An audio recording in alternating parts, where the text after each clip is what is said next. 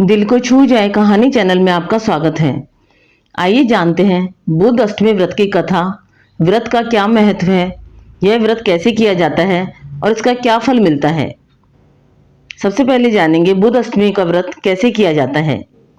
बुध अष्टमी के दिन सभी लोग विधिवत बुध देव और सूर्य देव की पूजा अर्चना करते हैं। मान्यताओं के अनुसार जिन लोगों की कुंडली में बुध कमजोर होता है उनके लिए बुध अष्टमी का व्रत बहुत ही फलदायी होता है। बुध अष्टमी का व्रत करने के लिए व्यक्ति को प्रातःकाल उठकर स्नान करने के पश्चात पूजा का संकल्प लेना चाहिए।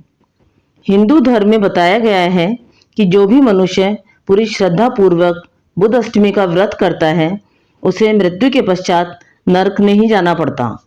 लोक कथाओं के अनुसार बुध अष्टमी का उपवास करने से मनुष्य के सभी पाप नष्ट हो जाते हैं। अब जानते हैं बुध अष्टमी का महत्व। हमारे शास्त्रों में अष्टमी तिथि को बहुत ही महत्वपूर्ण बताया गया है।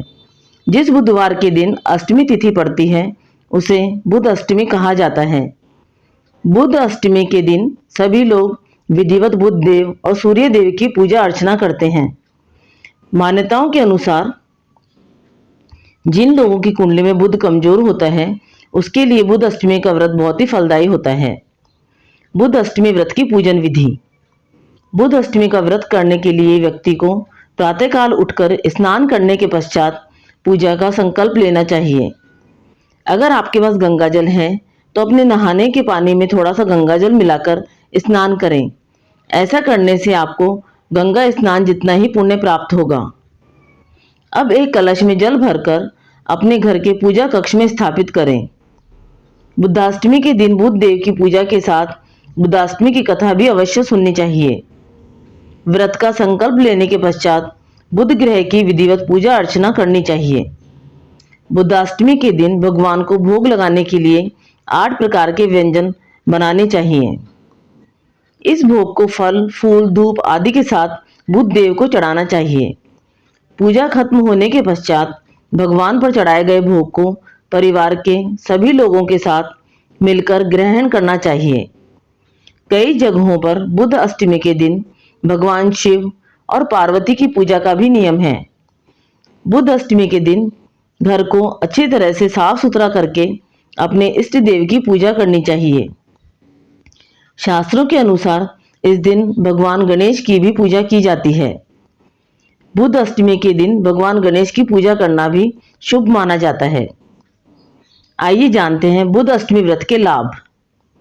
जो भी मनुष्य पूरे विधि विधान से बुध अष्टमी का व्रत करता है उसके 7 जन्मों के पाप नष्ट हो जाते हैं। बुध अष्टमी का व्रत करने से धन, धान्य, पुत्र और ऐश्वर्य की प्राप्ति होती है। बुध अष्टमी का व्रत करने से मनुष्य धरती पर सभी सुखों को भोगकर मृत्यु के पश्चात स्वर्ग को प्राप्त होता है। अब सुनते हैं बुध अष्टमी की कथा। विदेह राजाओं की नगरी मिथिला में निमि नाम के एक राजा थे। वे शत्रुओं द्वारा लड़ाई के मैदान में मारे गए। उनकी स्त्री का नाम उर्मिला था।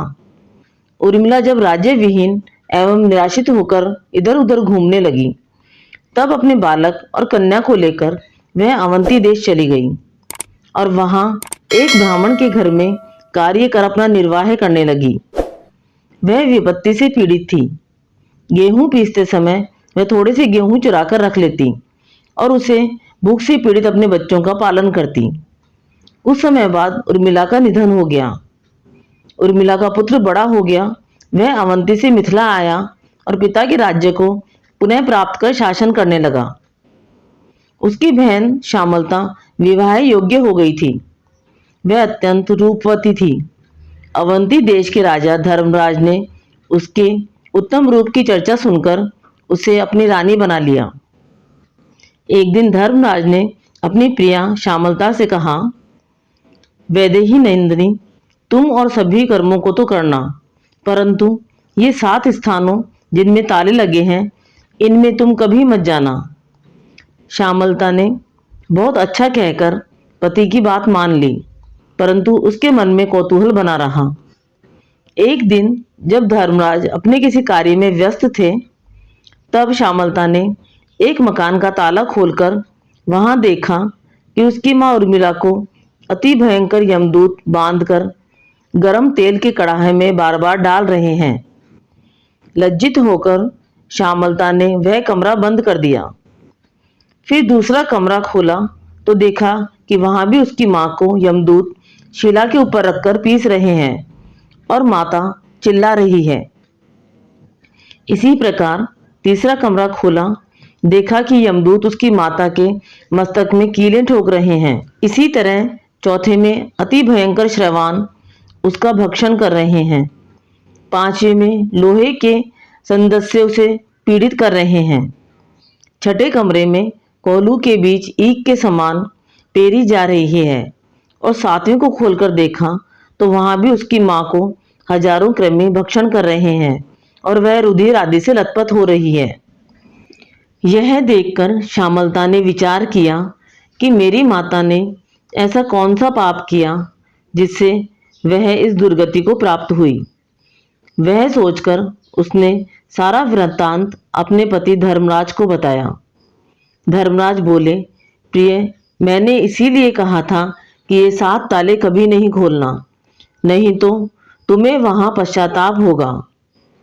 तुम्हारी माता ने संतान के स्नेह से ब्राह्मण के खेत से गेहूं चुराए थे। क्या तुम इस बात को नहीं जानती जो मुझसे पूछ रही हो? यह सब उसी कर्म का फल है। ब्राह्मण का धन स्नेह से भी यदि कोई भक्षण करे तो 7 कुल अधोगति को प्राप्त होता है, और अगर चुराकर खाए तो जब तक सूर्य, चंद्रमा और तारे हैं तब तक नरक से उद्धार नहीं होता। जो गेहूं तुम्हारी मां ने चुराए थे वे ही कृमि बनकर इनका भक्षण कर रहे हैं। श्यामला ने कहा, महाराज, मेरी माता ने जो कुछ पहले किया वह सब मैं जानती हूँ। फिर भी आप ऐसा कोई उपाय बतलाएं जिससे मेरी माता का नरक से उद्धार हो जाए। इस पर धर्मराज ने कुछ समय विचार किया और कहने लगे, प्रिय, आज से 7 जन्म पूर्व तुम ब्राह्मणी थी। उस समय तुमने अपनी सखियों के साथ जो बुद्धाष्टमी का व्रत किया था, यदि उसका फल तुम संकल्प पूर्वक अपनी माता को दे दो तो उन्हें इस संकट से मुक्ति मिल जाएगी। यह सुनते ही श्यामला स्नान करके व्रत का पुण्य फल संकल्प पूर्वक माता के लिए दान कर देती है। व्रत के फल के प्रभाव से उसकी माता भी उसी क्षण दिव्य देह धारण कर विमान में बैठकर अपने पति सहित स्वर्गलोक को चली गई। इस तरह से श्यामला की मां को अपने कर्मों से मुक्ति मिल गई। यह व्रत अपनी संतान को अपनी माता के लिए रखना चाहिए। इस व्रत को रखने से धन धान्य, पुत्र पौत्र, दीर्घायु और ऐश्वर्य मिलता है। आपको बुद्धाष्टमी की यह कहानी पसंद आई तो कहानी को लाइक व शेयर करें। चैनल पर नए हैं तो चैनल को सब्सक्राइब करें। कहानी सुनने के लिए धन्यवाद।